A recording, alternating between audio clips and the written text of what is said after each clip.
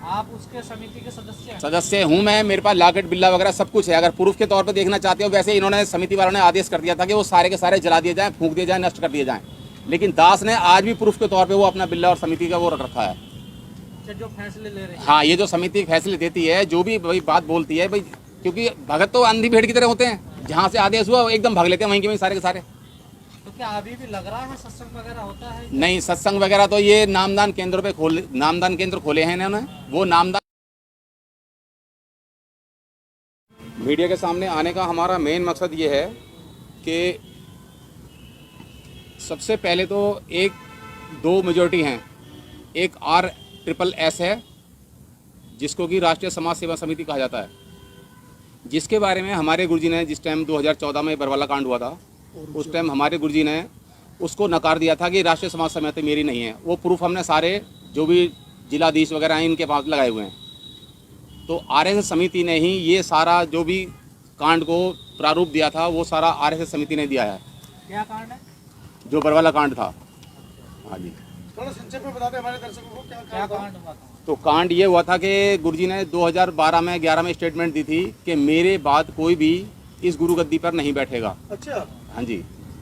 तो उसमें जो गुरुजी के एक भाई हैं जिनका नाम है महेंद्र उर्फ मोहनलाल, जो कि अब नाम बदल के रह रहे हैं, तो उन्होंने ही वो अपना सारा सिस्टम ये बना के बैठे थे कि गुरु गद्दी पे मैं बैठूंगा। तो उन्होंने धोखाधड़ी कहो या कैसे भी कहो, उन्होंने गुरुजी की समिति को ख़त्म करके अपनी एक नई समिति, जिसका दास अभी नाम बता रहा है, RSS। आपके ज्ञान के लिए ये बता दूं, RSS आर्य समाजी से नहीं है, मतलब हमारा RSS है राष्ट्रीय समाज सेवा समिति, राष्ट्रीय सेवक संघ नहीं, राष्ट्रीय समाज सेवा समिति, जो कि गुरुजी ने नहीं बनाई। गुरुजी ने मीडिया के सामने सबसे सामने बोला है। उसने ही ये कमांडो वगैरह बनाए थे, जिनके पास हमारे प्रूफ भी हैं, जिनके एवज में हमारे पास प्रूफ भी हैं। जो उन्होंने बिल्ले बनाए थे, उन्होंने आदेश वहाँ से ये निकाल दिया जब वो कांड हुआ था कि भाई सारे बिल्ले वगैरह डॉक्यूमेंट्स वगैरह सब जला दिए जाएँ। लेकिन हमने वो अभी तक नहीं फेंके हैं, वो अपने पास प्रूफ के तौर पे रखे हुए हैं। तो इस मीटिंग का मतलब ये है कि हमने सब जगह जा करके इनकी दरखास्त दी है, लेकिन हमारी सुनवाई तो हुई है, लेकिन वो स्तर पे नहीं हुई। तो षड्यंत्र क्या लग रहा है आपको जेल में? षड्यंत्र ये है कि सर गुरुजी के आदेश बता करके इन्होंने जो भी ऑथराइज अनऑथराइज भक्तों को डरा के कि भाई तुम्हारे को नाम नहीं दिया जाएगा, तुम्हारे को ये हो जाएगा, तुम्हारे को आश्रम में नहीं घुसने दिया जाएगा, ये सब तरीके के इनके डरा करके इनको समिति बनाया, ब्लैक कमांडो बनाए गए, सारी सिस्टम को बिगाड़ा गया। और जो कमांडो बनाए गए थे और जो पुलिस में और उसमें मुठभेड़ हुई, उसमें उसका क्या है? उसका मुठभेड़ में यही था कि गुरुजी ने साफ कहा कि भाई मेरे को भी रोक रखा था, मुझे भी अंदर बंधक बना रखा था। तो जो खुद बंधक है वो दूसरों को कैसे बंधक बना सकता है? तो गुरुजी के आदेश से नहीं हुआ था वो? जी नहीं। किसके आदेश से हो रही थी वो? ये RSS समिति जो है, RSS जो है, ये उसके आदेश से सारा हो रहा था। क्योंकि गुरुजी ने हमारे सामने आके कभी नहीं कहा कि भाई तुम कमांडो बनो या लाठी बम पत्थर मारने की ट्रेनिंग लो। कभी हमारे सामने गुरुजी ने आके कभी नहीं कहा हमारे सामने। गुरुजी तो ये कहते हैं भाई तुम्हें चींटी भी मारने में पाप लगेगा। तो किसके कहने पर कर रहे थे? ये सारा RSS के कहने पे हुआ है सारा कुछ। कौन है उसका मालिक? उसका हेड इंचार्ज हम वहाँ पे डॉक्यूमेंट्स दे के आए हुए हैं, चंडीगढ़ हाईकोर्ट में भी दिए हैं, सब दिए हैं, और हमारे पास एक फ़ोटो भी है। उन्होंने क्या कराया कि ये 2012 के अंदर ये सारी समिति अपनी बनी, जिसमें कि जो पुरानी समिति थी गुरुजी की, उसका नाम था बंदी छोड़ भक्ति मुक्ति ट्रस्ट। अब इन्होंने उसको कबीर परमेश्वर ट्रस्ट बना दिया। किसने बनाया? ये गुरुजी के भाई द्वारा बनाई गई है, महेंद्र के द्वारा। उसके साथ 8 जने और भी हैं, जिनके कि हमने लेटर हाईकोर्ट में भी लगा रखे हैं, चंडीगढ़ हाईकोर्ट में भी दे के आए हैं, और जो वहाँ के जितने भी आला अधिकारी हैं उन सब के पास हमने 15-15 किलो की फाइल भेजी हैं। लेकिन उसके बावजूद भी इस रोटेशन को आगे नहीं बढ़ाया जा रहा है। सारा खेल मतलब संत महाराज जो इनके भाई खेल रहे हैं? हाँ जी, रामपाल जी के भाई हैं। रामपाल जी के भाई हैं, उनका नाम है महेंद्र। हाँ। गुरुजी के ऊपर तो आरोप ये भी है कि उन्होंने क्रॉस की तारीखों पर नहीं पहुंचे। जब कोर्ट में तारीख लग रही थी तो तारीख में नहीं पहुंच पा रहे थे, इसीलिए कोर्ट ने उनको दोबारा गिरफ्तार किया और उनकी बेल भी खारिज कर दी है। जी, उसके बारे में दास बताएगा। हम चंडीगढ़ में थे, 25 अक्टूबर की बात है, दिवाली के दूसरे तीसरे दिन की बात है ये। तो जब हम वहाँ पहुँचे चंडीगढ़ पे, हमारे को बुलाया गया बरगला करके, बहका करके। ये 2016 पता नहीं 2015 की बात है। चंडीगढ़ रेलवे स्टेशन पे बुलाया हमारे को सबको। वहाँ पे कम से कम 50-60 हज़ार के करीब पब्लिक थी, जो कि स्टेशन की सारी दुर्दशा ख़राब कर दी वहाँ पे। क्योंकि वो सिस्टम था नहीं वहाँ पे, कोई हगने मूतने का कोई सिस्टम बना रखा था इन्होंने। वो सारा सड़ा दिया पूरा स्टेशन, और वहाँ पे इन्होंने एक तरीके का समझ लो कि स्टेशन को हाईजैक कर लिया पूरा। और तो अभी क्या आरोप है संत रामपाल जी पे, जो संत रामपाल जी पे अभी क्या आरोप है, किस आरोप में बंद है जेल में? संत रामपाल जी महाराज पे एक तो देशद्रोह का मुकदमा चल रहा है 428 हाँ, और 429 है, हाँ। और 430 में गुरु जी को सजा हो चुकी है। 426/14, 427/14, इनमें गुरु जी बाइज्जत बरी हो रखे हैं। जब वो गुरु जी बाइज्जत बरी हो रखे हैं बंधक बनाने के केस में, और जो खुद कह रहा है कि मैं बंधक हूँ, वो दूसरे को बंधक कैसे बना सकता है? तो ये हमारी जांच का विषय है। और हम जांच के लिए जब भी हिसार गए हैं, रोहतक गए हैं या चंडीगढ़ गए हैं, तो वो 4th क्लास के रैंक अफसर से उसकी जांच करा दी जाती है। अब आप चोर से जाके पूछोगे भाई आपने चोरी करी, वो बताएगा कि चोरी करी मैंने।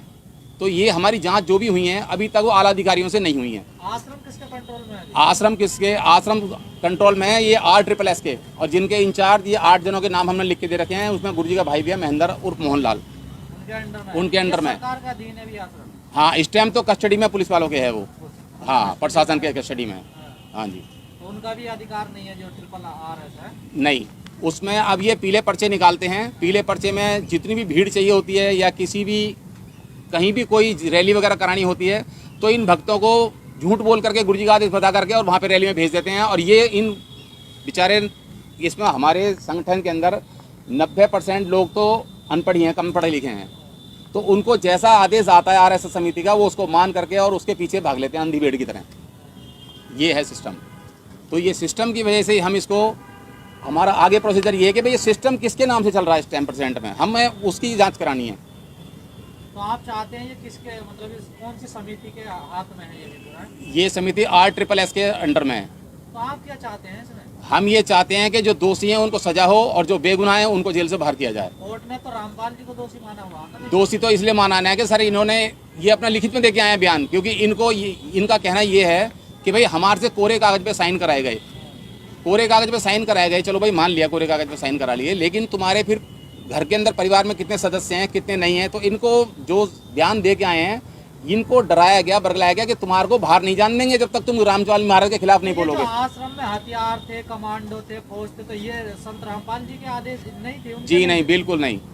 संत रामपाल जी महाराज ने तो चींटी मारने के लिए बना कर रखी है। उनके आश्रम में इतना बड़ा षड्यंत्र रचा जा रहा, उनको पता ही नहीं था? नहीं पता उनको हाईजैक किया हुआ था पहले से ही। वो खुद तो बता रहे हैं, अपनी मीडिया के सामने बोला उन्होंने, जब इस टाइम चंडीगढ़ हाईकोर्ट से निकले हैं और अगर Maharaja Agrasen MAMC medical college उसके सामने से निकले हैं, जब भी बताया है कि भाई मैं तो खुद बंधक बना रखा था, मुझे रोक रखा था। बंधक किसने बना रखा था? बंधक ये समिति वालों ने बना रखा था। और जो चंडीगढ़ में बता रहा था दास, चंडीगढ़ में भी यही कहानी हुई थी। इन्होंने 3 बजे तक वहाँ पे पब्लिक को बरगला के रखा। 3 बजे के बाद आदेश पारित कर दिया कि भाई गुरुजी हाजिर नहीं होंगे, और जो जवान हैं वो तो आश्रम चलें, और जो बड़े बूढ़े। के आश्रम में इतने हथियार आ रहे हैं, गुरुजी को पता ही नहीं था? नहीं पता ना, यही तो है कि सारा षड्यंत्र गुरुजी की नाक के नीचे हुआ। लेकिन गुरुजी ने आके हमारे सामने कभी नहीं कहा कि तुम कमांडो बनो या इस समिति के सदस्य बनो। तो क्या आप भी सदस्य थे समिति के? जी, दास सदस्य था, लेकिन मेरे दिमाग में ये बात बैठी नहीं, मैं उसमें नहीं गया बिल्कुल भी। यहाँ पर आप दास है? हाँ, कन्हैया दास। कन्हैया दास, हाँ जी, आप उसके समिति के सदस्य हैं? सदस्य हूँ मैं। मेरे पास लाकेट बिल्ला वगैरह सब कुछ है। अगर प्रूफ के तौर पे देखना चाहते हो, वैसे इन्होंने समिति वालों ने आदेश कर दिया था कि वो सारे के सारे जला दिए जाएं, फूंक दिए जाएं, नष्ट कर दिए जाएं। लेकिन दास ने आज भी प्रूफ के तौर पे वो अपना बिल्ला और समिति का वो रख रखा है अच्छा। कि आगे प्रूफ के तौर पे काम आएगा। उसमें कहीं भी रामपाल जी महाराज का नामो निशान नहीं है, कोई रामपाल जी महाराज के साइन नहीं हो रहे उसके अंदर, कोई किसी तरीके के डॉक्यूमेंट्स। सदस्य तो काफी होंगे ना उसमें? सदस्य तो करीबन 10 लाख के करीब थे। हाँ, तो कहाँ है वो सारे सदस्य? सारे सदस्य डर के मारे कोई सामने आता ही नहीं है। किसके डर के कारण? ये सबको क्या नाम है गुरुद्रोही घोषित कर देते हैं ये समिति वाले, अच्छा। उसके नाम का पीला पर्चा निकाल देते हैं। अब एक बात सोचने वाली है, आश्रम तो पुलिस कस्टडी में है, तो वहाँ वो पीले पर्चे आ कहाँ से रहे? हमने इस बात में कई बार हिसार कोर्ट में भी जाके दरखास्त दी है, लेकिन कोई कार्रवाई नहीं हुई। पर्चों का क्या मतलब है? पीले पर्चों का मतलब गुरुजी का आदेश।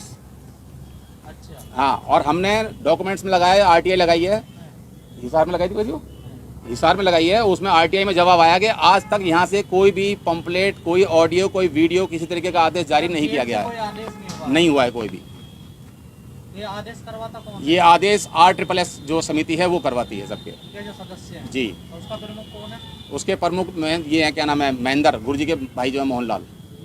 हाँ जी, तो आप चाहते हो समिति को भंग किया जाए, नई समिति बनाई जाए? भाई भंग करा जाए वो तो बात आ गई अलग, लेकिन पहले ये समिति जो पारित कर रही है आदेश, इसको रोका जाए सबसे पहले। अच्छा, जो फैसले ले रही है? हाँ, ये जो समिति फैसले देती है, जो भी भाई बात बोलती है, भाई क्योंकि भगत तो अंधी भेड़ की तरह होते हैं, जहाँ से आदेश हुआ एकदम भाग लेते हैं वहीं के वहीं सारे के सारे। तो क्या अभी भी लग रहा है सत्संग वगैरह होता है? नहीं, सत्संग वगैरह तो ये नामदान केंद्रों पे नामदान केंद्र खोले हैं इन्होंने, वो नामदान केंद्र भी इनके फर्जी हैं। उसके बारे में भी हमने RTI लगाई थी, उसमें गुरुजी ने साफ कहा है कि भाई प्रचार प्रसार करना है, लेकिन सत्संग वो नामदान केंद्र वगैरह खोलने का मतलब ये है जो गुरुजी के नाम से काम हो रहा है वो सब बंद हो जाना चाहिए। सारा बंद हो जाना चाहिए A to Z। आपकी मांग ये है? जी, तो आपने पुलिस से बात करी? हमने सबसे बात करी है, लेकिन कोई इसमें आगे आने को राजी नहीं है। और वो फर्स्ट क्लास के रैंक ऑफिसर के आगे हम जाके अपनी कंप्लेंट धरते हैं, वो 4th क्लास के हवलदार से या किसी सिपाही से उसकी रिपोर्ट लिखवा कर और हमारे को सामने पेश कर देता है। गृह मंत्रालय में, DPTO में, सब जगह हमने कंप्लेंट भेजी है A to Z। हमने इतनी जगह कंप्लेंट भेजी है कि कम से कम 14-15 हज़ार के करीब पेपर लग चुके हैं उनके अंदर। सुप्रीम कोर्ट में भी भेजी हमने, और यहाँ क्या नाम है, चंडीगढ़ हाई कोर्ट में भी दे के आए हैं, हिसार में भी दे के आए हैं, मजिस्ट्रेट से मिल के आए थे। और अभी हमारी मुलाकात हुई है मजिस्ट्रेट से, हिसार के जो DR चालिया ने, जिन्होंने संत रामपाल जी महाराज को सज़ा सुनाई थी, उससे ही बात हुई है। ये मामला तो कोर्ट में जा सकता है ना? ये मामला कोर्ट जेल में उनके नाम से बाहर काम हो रहा है। ये भगत जी बात तो वही है ना कि ये करेंगे तो अधिकारी, लेकिन वो अधिकारी इस काम को करते नहीं है। 4th क्लास के रैंक के अफसर को पकड़ा देते हैं। सब मिले हुए हैं, सबका सिस्टम यही है। कोई उस RSS के आगे कोई मुंह अपना नहीं खोलता है। इतनी पावरफुल है वो काम। जी, क्यों ना, जो भी यहाँ पे गए हैं, जो उनके नहीं मानता है उसके हाथ पर तोड़वा देते हैं। ट्रेनों में कईयों को मार मार के फेंका है। कई बार कांड हुए हैं ऐसे, एक बार नहीं। गवाह इस चीज़ के हमारे पास प्रूफ हैं, जिन के चोट लगी है सबके। आपके टीवी चैनल से कि हमारे गुरुजी जो संत रामपाल जी महाराज जो हैं वो निर्दोष हैं, और जो असामाजिक तत्वों ने जो है उन्हें जो है आजीवन कारावास करवा दिया है। आजीवन कारावास क्यों? यह कि असामाजिक तत्व जो थे उन्होंने सच्चाई का पर्दाफाश कर दिया। आर्य समाज जो था, आर्य समाज जो महर्षि दयानंद थे, उनका सत्यार्थ प्रकाश था, उसमें कुछ कमियां थी, वो संत रामपाल जी महाराज ने दूर करी। सन 2006 में उन्होंने आश्रम खोला करौदा में, और करौदा में आश्रम खोलने के बाद जो ये असामाजिक तत्व जो है, इस पर तथ्य को उठाने के लिए जो उन्होंने जो है हमारे करौदा आश्रम पर जो कब्जा कर लिया, और जो ईंट पत्थर गोलियां चलाई, और चलाने के बाद जो उन्हें जो आज आजीवन कारावास करवा दिया। इन्होंने क्या काम कराया है? भारतीय राष्ट्रीय सेवा समिति जो के सदस्य हैं, राम कुमार ढाका है, महेंद्र दास हैं, महेंद्र दास भाई हैं इनके, और इनकी 2 बेटियां हैं, एक मंजू अंजू, एक महेंद्र दास का लड़का है अमित जी। ये इनके पूरे संचालक हैं भारतीय राष्ट्रीय सेवा समिति के। जब गुरुजी 2006 में जेल चले गए थे, जेल के आने के बाद जो है इन पर जो वारंट भेजे गए, तो गुरुजी को रास्ते में से वापस ले आते थे, लेकिन गुरुजी जेल में वहाँ कोर्ट में जाना चाहते थे, लेकिन राष्ट्रीय सेवा समिति वाले जो हैं ये मतलब नहीं जान देते थे। इसलिए जो है बरवाड़ा कांड जो हुआ, और बरवाड़ा कांड में जो कुछ असामाजिक तत्व जो थे उन्होंने ज़्यादा षड्यंत्र रचने के बाद जो 3 FIR दर्ज करी, जो 426, 427, 428, 429 जो है केस हमारा चला हुआ है 28 का, और जो है 2 केसों में इन्होंने आजीवन कारावास करवा दिया, और एक अभी जो है बाकी इन्होंने पेंडिंग में डाला हुआ है। तो हमारी सरकार से मांग ये है कि हमारे गुरुजी को निर्दोष साबित हम करेंगे, और जो जब से जेल में गए हैं ये भारतीय राष्ट्र कोर्ट करेगा ना, आप कैसे कर सकते हो निर्दोष उनको? हम दावा करेंगे ना उसमें। दूसरा जो पक्ष है वो क्यों पंगा ले रहा है, मतलब रामपाल जी से? रामपाल जी से पंगा ही ले रहा है कि वो गद्दी अपना जो अपने अंडर में करना चाहिए, गद्दी की लड़ाई है। वो कौन लोग हैं? वो भारतीय राष्ट्रीय सेवा समिति है, वो पहले संगठन में हरियाणा। हाँ, संगठन में 2006 से चले आ रहे हैं वो सब। नहीं सर, रामपाल जी के साथ थे क्या पहले वो? हाँ, पहले भी थे। तो मतलब गद्दी को लेकर विवाद चल रहा है? गद्दे को लेकर विवाद चल रहा है, और जो इसमें असामाजिक तत्व जो हैं उनकी जो रोजी रोटी बंद हो गई है। तो सबसे मेन चीज़ क्या है, मेन पॉइंट ये है कि गुरुजी जेल के अंदर आजीवन कारावास में बंद है, और जितना भी षड्यंत्र जो चल रहा है, आज पुस्तक सेवा है, ऑडियो है, वीडियो है, जो भी कार्यक्रम में करते हैं, पीले पर्चे करते हैं, 500 550 नामदंड केंद्र फर्जी खोल रखे हैं, और कम से कम भी 20-50 आश्रम इन्होंने खोल रखे हैं। तो गुरुजी जेल के अंदर है, तो गुरुजी को आदेश बनाकर ये पब्लिक में जो है भक्तों में वो डाल देते हैं। आपने जेल में गुरु से मिलने की कोशिश की, बात करने की कोशिश की? गुरु जी को मिलने की कोशिश करी, लेकिन उन्होंने जब हम गए डीजीपी के यहाँ तो उन्होंने ये कहा कि इनके जो ब्लड का रिलेशन है वही मिल सकता है, अन्यथा कोई नहीं मिल सकता। जबकि गुरुजी ने सन 1997 में अपना आधार कार्ड, पैन कार्ड सिर्फ अपने नाम से बना लिया था। जब से इन्होंने संत बने थे सब कुछ परिवार छोड़ दिया था। नहीं, फैमिली में जो लोग हैं उनके वो तो प्रयास कर सकते हैं मिलने के लिए, गद्दी संभालने के लिए प्रयास कर सकते हैं। वो गद्दी करने का प्रयास पूरा कर रहे हैं, लेकिन भक्तों को तो गुमराह कर रहे हैं। अच्छा, जो दूसरा पक्ष है वो गुमराह कर रहा है, षड्यंत्र रच रहा है। षड्यंत्र रच रहा है और ये कह देता है कि भक्तों को आके कि जो गुरु जी का जेल से आदेश आया है, ये पुस्तक सेवा ये करनी है, ये नामदान केंद्र खोलने हैं। कहना चाह रहे हैं कि संत रामपाल जी के परिवार के लोग ही षड्यंत्रकारी हैं। हाँ जी। कितने लोग हैं उसमें? जैसे कि आपने बताया बेटियां उनकी। हाँ, मतलब बेटी, 2 बेटी हैं, 2 जमाई हैं, भाई है, भतीजा है, पूरा परिवार है। तो कुल मिलाकर संपत्ति की लड़ाई है। संपत्ति की लड़ाई है और संपत्ति की लड़ाई ये चलती आ रही है। मेन पॉइंट क्या है? मेन पॉइंट ये है कि गुरुजी का आदेश बता करके हमने आरटीआई लगाई थी। आरटीआई के माध्यम से हमारा जेल नंबर 2 हिसार से हमें जो उन्होंने आरटीआई के माध्यम से हमें बताया कि यहाँ जो ना तो ऑडियो आती है, ना वीडियो आती है, ना कोई लेटर आता है, ना कोई किताब लिखी जाती है, कुछ नहीं जाता उन्होंने। ये हमने जो सब चीज़ जो देने के बाद भी ये भी फिर षड्यंत्रकारी, फिर भी इनका षड्यंत्र चल रहा है। तो वर्तमान में क्या स्थिति है गुरुजी के साथ में? वर्तमान गुरुजी के साथ में स्थिति ये है, हम तो वहाँ देख नहीं पाए, ना हम जा पाए, लेकिन जो आदमी जेल में रहेगा वो क्या सुखी रह सकता है? लेकिन बाबा राम रहीम तो पैरों में बाहर आ जाते हैं 4-4 महीने में। पैरोल में बाहर ऐसे आ जाते हैं। राम रहीम के जो है उनके जो संस्था है वो भारत सरकार से मिली हुई है। वो वोटों का चक्कर है, वोट दिखा देते हैं कि हमारी इतनी वोट है। तो वोट तो आपके भक्तों की भी है ना। तो हम जो राजनीतिक में हमें आते नहीं ना। हमारे गुरुजी का सख्त आदेश है कि राजनीति में जो रहेगा वो मेरे आश्रम में ना आए। तो जो ये षड्यंत्र रच रहे हैं दूसरे पक्ष के लोग, उनके खिलाफ आप पुलिस में जा सकते हैं, कोर्ट में जा सकते हैं। कोर्ट में, सुप्रीम कोर्ट में गए थे, वहाँ हमने केस लड़ा था और केस लड़ने में कुछ सुप्रीम कोर्ट ने ये आदेश दिया है कि तुम भारत सरकार जो है, भारत सरकार को जो अप्लाई करो, फिर से कार्रवाई करो। भारतीय सरकार तुम्हें जो सहायता प्रदान करेगी, तुम्हारी बात सुनेगी। हमने वो भी काम कर दिया, लेकिन उससे भी हमें जो पूरी रिलीफ नहीं मिल पाई।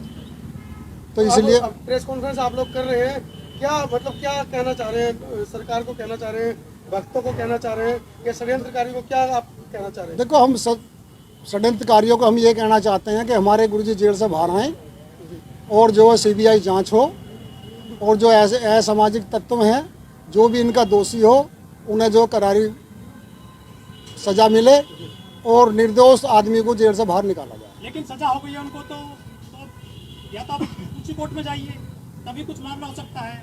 उसमें सजा हो चुकी है, दोषी सिद्ध हो चुके हैं वो तो। मैंने आपको आपके चैनल के माध्यम से बताया तो था कि हम जो है सुप्रीम कोर्ट पहुंचे हैं।